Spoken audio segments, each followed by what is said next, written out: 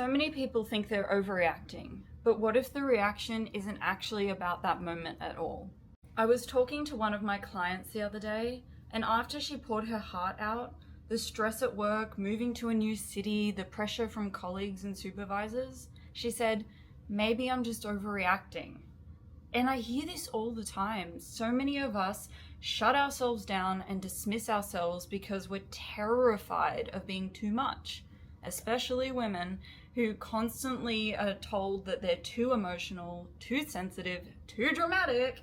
I lived for years in that state, feeling like I constantly had to apologize for myself, constantly shrinking myself because I didn't believe that I was allowed to take up space. Doing this work changed everything for me. I can walk into a room now with my head held high.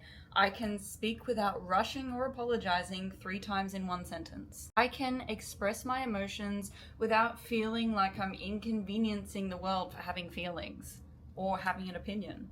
I don't feel like I need to apologize for existing. I own my emotions now and I understand them. Because here's what most people don't realize when you're reacting to something and your response feels out of proportion. You're not reacting to the situation in front of you, you're reacting to the deeper wound underneath it, the one that the situation is poking at. So yes, you might be reacting more intensely than the moment requires, but that doesn't mean that your feelings are wrong or invalid. In fact, what you're feeling in your body is your inner self calling for your love, attention, and presence. You cannot heal a wound by telling it to shut up, and you can't break the cycle by calling yourself too much, dramatic, emotional, or overreactive. That just pushes the pain back underground where it keeps looping. Avoidance keeps you trapped.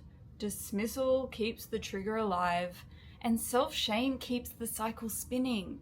What we want is to break that loop, to stop the pattern of overwhelm, outburst, shame, shut down, and repeat. Emotional empowerment isn't about suppressing your reactions, it's about learning how to sit with them, process them, and understand the root of why they're happening.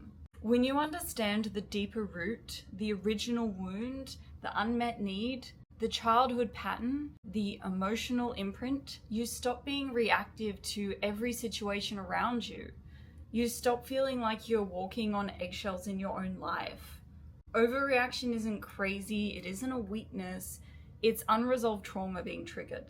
When you work with the root, release it, repair it, and replace that inner critic with a loving, validating voice, you break that cycle and you stop being controlled by your emotions and instead start working with them. You're empowered to start choosing how you respond. That's emotional freedom. That's self-leadership. And that's how you stop the pattern for good. Send this to someone who needs to hear this message.